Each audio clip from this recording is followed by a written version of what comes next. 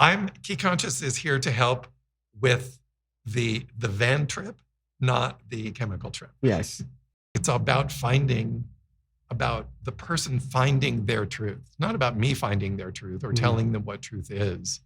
It's finding that inner truth, that inner calm, that inner place that helps navigate what I'll call the real world or the tangible world, as opposed to the alternate worlds that we're susceptible to, like the world of social media, the world of the metaverse, the world of games.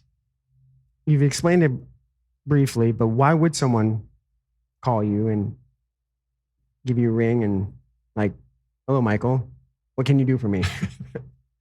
The first thing I will say back is, let's figure out what you can do for you.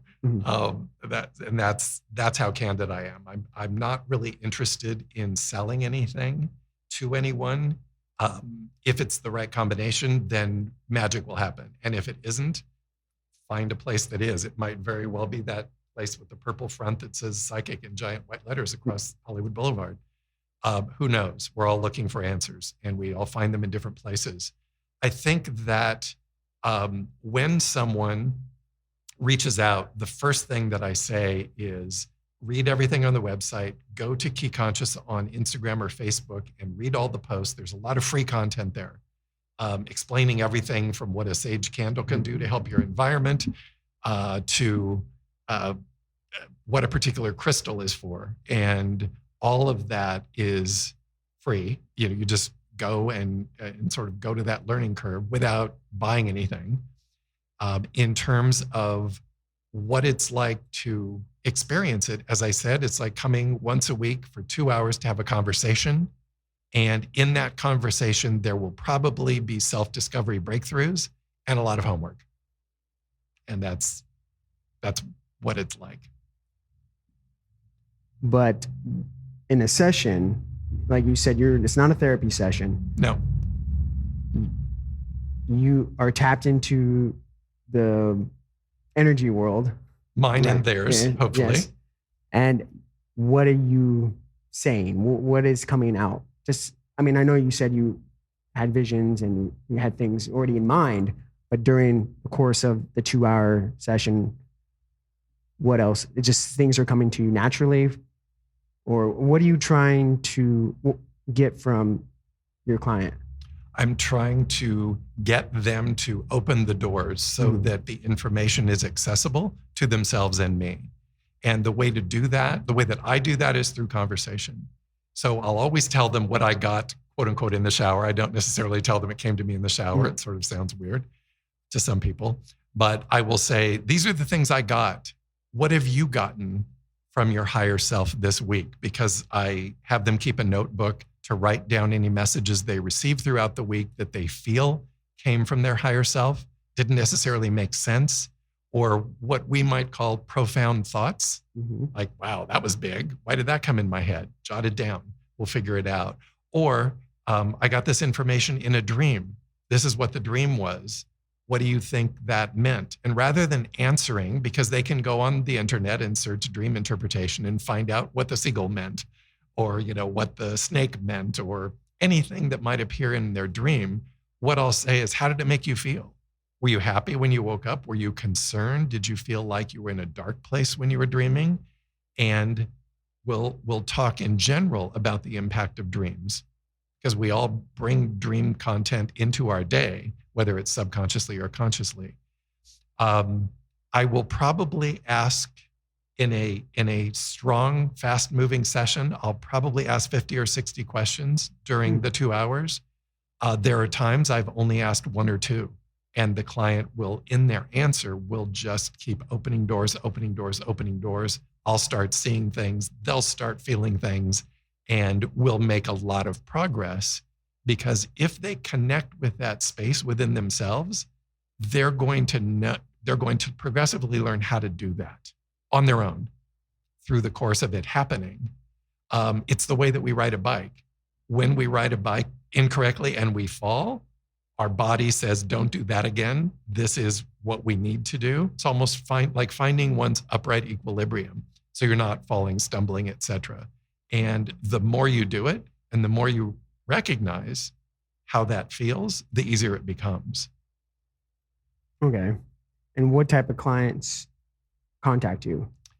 I've found that most of the clients over the 6 or 7 years that I've been doing this particular combination of modalities, i.e. the Reiki, the crystals, the talk, all of those things combined, most of my clients, because I'm in Los Angeles, many of them are artists. They're musicians, poets, actors, in the fine artists. And the biggest challenge that they are having, if they are ascending in their, I'll call it real life careers, not their social media careers, but their real life careers, if the bridge hasn't been built between those two things, and they feel that they're on the precipice of something, like they're right on the edge of some sort of breakthrough, and they are intuitively or inherently feeling obstacles.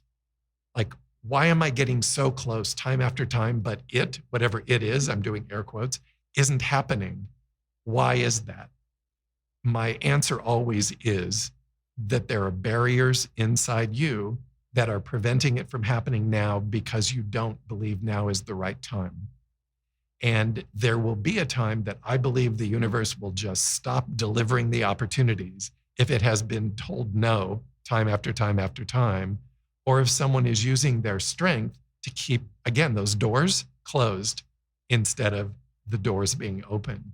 So I tend to find that clients seem to be guided to me in the modality where they feel that they are encountering obstacles internally, not the real world obstacles of racism, sexism, all of the other isms that are obstacles, or the glass ceiling, anything like that, but internal obstacles, internal messages, which are often of worthiness or fear of a loss of control. I'm not going to be able to control my life if it gets out of hand.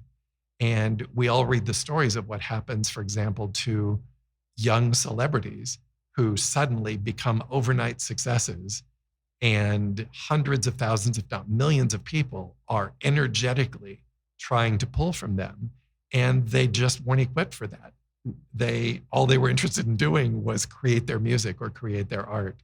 And I found that the access to discovery on TikTok, on all forms of social media, where people who are looking for talented people and people who want to be quote unquote discovered can meet, and the process happens so much faster than it did in the past without those tools like TikTok or Instagram or YouTube or any of the others, particularly the live action visual mediums.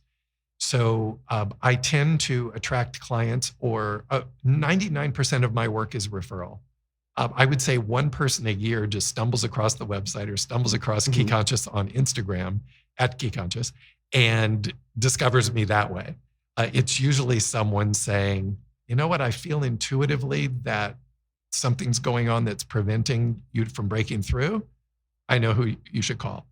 And then they'll call. Okay. And if they say, XYZ told me to call you, I immediately know, no, I don't know, but I can suspect what their energy field is going to be like. Someone who admires my work is not going to send someone that's got a giant dark cloud around them that is going to take me 3 years to find the doorway.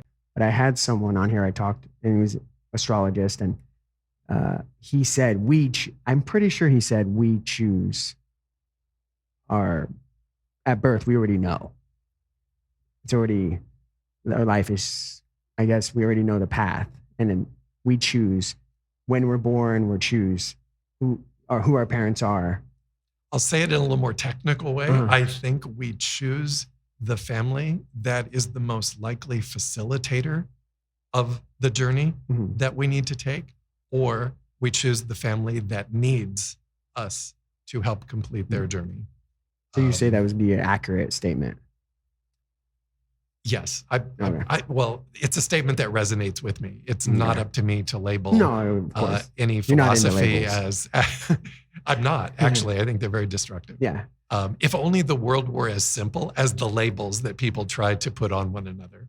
You know, it's not that simple. It's not like a census form. I've always been a firm believer since very young. I was like, if we were all just human beings, would be a better place. Like we don't need, once we start putting labels on each other, it just never stops. And it's designed to categorize, and ultimately it separates. Yeah, it separates. It makes us believe there are more differences than similarities, and there are not. That's a fallacy. And it's a fallacy that either we create or is created for us to feel more powerful, to feel more special, to feel higher on the scale or higher on the pecking order. And no one is higher or lower on the pecking order. We're all here just trying to survive and thrive in whatever way we define that. I like that. I think we'll end on that. Beautiful. I was feeling that vibe too. Yes. Well, thank you, Michael Nicklin. Thank you, Zebra. It has been an absolute pleasure. And just same here. And just remind us your website and your socials one more time. Right. The company name is KiConscious. That's spelled K-I and the word conscious, C-O-N-S-C-I-O-U-S. One word, an invented word, trademarked it globally, so I own it.